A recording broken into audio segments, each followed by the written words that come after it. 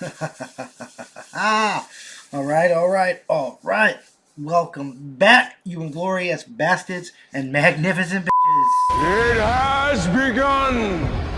It is I, Doc Camo, and we're back for my thought of the day. How dare you! And I will dare on, Greta, I will dare on. It's time for your weekly dose of government fuckery. The fuckery that just keeps on giving. Because the government just keeps on keeping on. I mean, until we actually stop them, that's what they're going to do. The government's going to do what the government going to do. But anyway, we're going to talk about Health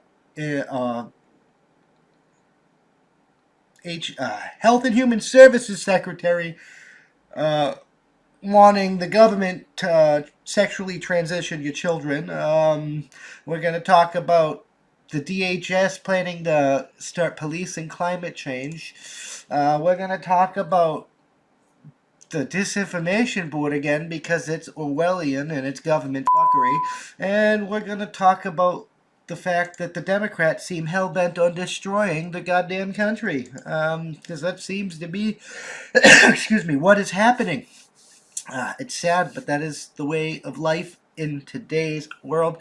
But let's just get right into this first article. We get the HHS Secretary challenged on sex change for kids endorses life-affirming care. The Department of Health and Human Services has posted on its website information about gender-affirming care in young people. Research demonstrates that gender-affirming care improves the mental health and overall well-being of gender-diverse children and adolescents. The document states it also explains that what gender-affirming care involves: social information, hairstyles, names, pronouns, etc., puberty blockers, hormones, pause development, hormone therapy involving testosterone, estrogen, and gender-affirming surgeries. Until somebody is an adult and they've passed through puberty, we should not be messing with their estrogen levels, their hormone levels, their testosterone levels, etc. We shouldn't be blocking their puberty because, sometimes, and it's a lot more common than people think because the doctors care for it before you even see your babies, but sometimes a baby is born with both fucking sexual organs, a vagina and a penis, but only one is sexually functional, so they're either a male or female, and the doctor will get rid of the other one and make them male or female because that's what they're presenting as, male or female genetically, biologically.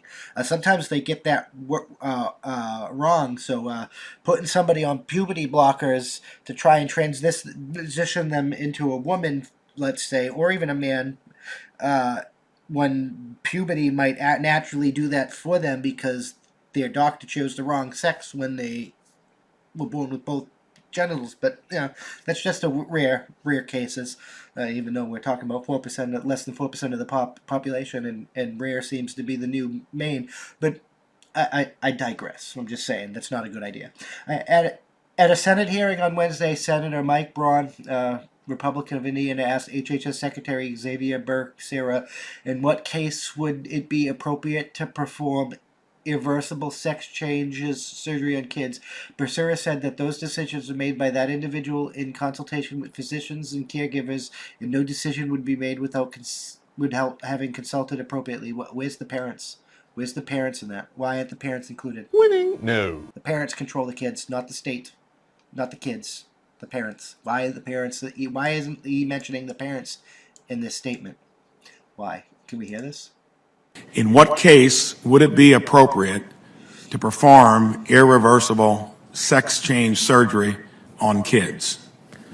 Those decisions are made by that individual in consultation with physician and caregivers, and no decision would be made without having consulted appropriately. I think the government shouldn't be pushing or have it out there. Anyway, I agree. The government shouldn't be involved in this either way. Braun said that the federal government should be pushing irreversible sex change therapy, and I think we just need to think about it carefully because we're navigating in a territory that we've never done before as a government, Braun said. Kids going through this are having a hard time, the senator continued. We should maybe be focusing more on mental health and not things that are irreversible. And I think leading the HHS, it might be a little bit more important to be a little bit more definitive rather than making it look like, well, a laissez-faire approach and whatever happens, happens. I think that's out of sync with most of America, and it seems to me it'll be wise to maybe back up a little bit. I mean, it probably is wise to back up a little bit because most of us don't, even pro-trans people, most of us don't support forcing children to transition. Senators, I hear what you say, Becerra responded. I believe that we should help those that have life-affirming care that they need. There are many transgender youths who have actually gone in the opposite direction, taking their life. If we could make a life better for someone in America, we should, especially in a consultation with their physician, and approve their procedures. Yeah, and most people that get sex changes regret it later in life. Winning. No. You suck! I'm going to say that again. Most people that get sex changes regret it later in life. Braun urged Becerra to remove the post until there's a little bit more kind of science built into the approach, a little more discussion about what may or may not make sense, rather than having it out there where it looks like it condones the process.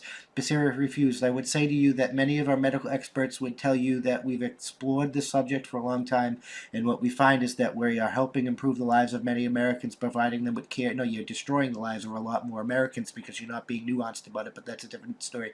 Because like I said, 9 out of 10 times fucking they regret transitioning later on in life. By providing them with the care they have chosen with the informed consent of family, and also with the consent of advice of their own physician. Oh, so now that you're getting called out about it, now you include the family. Even though when you originally said there was no family involved. I see how that goes. I see the fucking fuckery you guys fuck with. It should be illegal. Anybody that performs a sex change on a child, anybody that performs sex change operations on somebody less than the age of 18 should probably be hanging from a gallows because they're disgusting. Child abusing pieces of human trash. Childs are not old enough to make their own goddamn decisions. That's why the parents are in charge of them. We should wait until they are old enough to make their decisions and they're fully developed and still believe the way they believe before we help them do something that they might regret earlier in life. Later on in life. I'm just fucking saying. Thank you for checking out this clip of my Thought of the Day podcast. You can catch this podcast every Tuesday through Friday at that'sonpoint.info by 5 p.m. Eastern Standard Time, because that's how winning is done. New clips go out daily, and we can't do this without you, so we appreciate your support. With that being said, consider joining for $5 a month, and you get early access to the uncensored version of this, early access to our weekly That's On Point podcast, and access to exclusive content only for members. All the money that we receive is going to go funnel back into this to hire more journalists and do more things for you guys, because that's how winning is done. It really is. We got a merch store and stuff. You can help there, and if you can't help via money, you can always just leave a comment, and share this out there, because that helps us more than you can immensely know. That's the best way to help. Just leave a comment, and share. And if you're listening to us, leave a review. Leave a good review. Help us boost us in the podcast ratings and get us up there, because that's how winning is done. We'll see you in the next one. Peace.